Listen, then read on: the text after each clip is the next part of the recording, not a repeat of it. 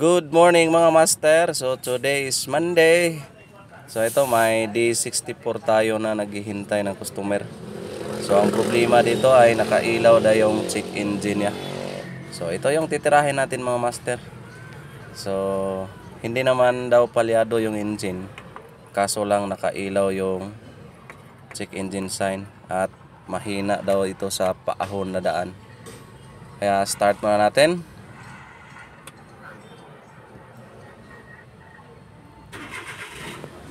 Ayun, so kita natin na nag-start na yung engine pero nakailaw ito.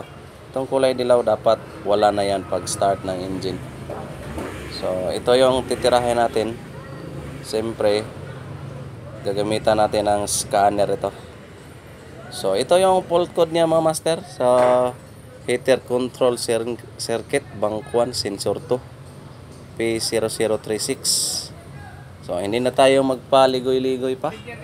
So ito, tingnan natin yung bank to.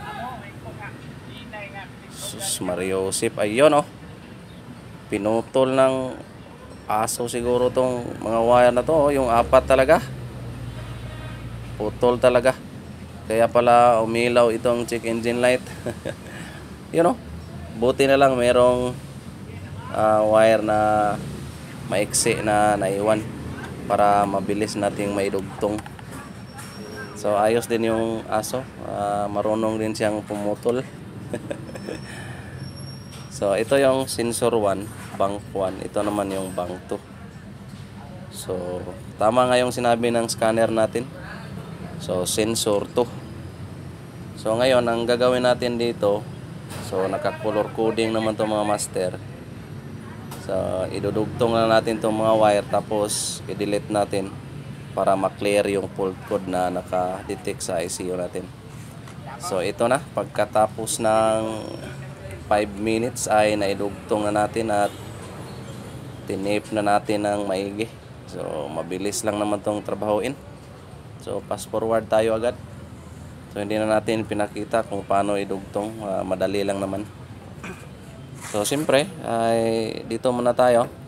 Pandarin natin at the moment of truth at may paa pa nga na naka-display talaga. So dito na tayo mga master, open muna natin tong upuan. At ang bank 2 sensor ay andun. Ayun oh. Yan, so nilagyan na natin ng tape yan para hindi na makagat ng aso. So ngayon ay dito muna tayo. Start na natin yung engine kung wala na ba. Start. Iyon oh. Tudas yung 1.5 mga master oh. Ayan. So 5 minutes lang ay nagka 1.5 na tayo agad. So ibigay natin yung 500 sa kasamahan natin para malipay-lipay at happy siya. So sa mga solidong sumusuporta sa channel natin, maraming salamat mga master. At sa mga hindi pa nakasubscribe ay huwag mo nang kalimutan pindutin yung subscribe button at paki-like and share.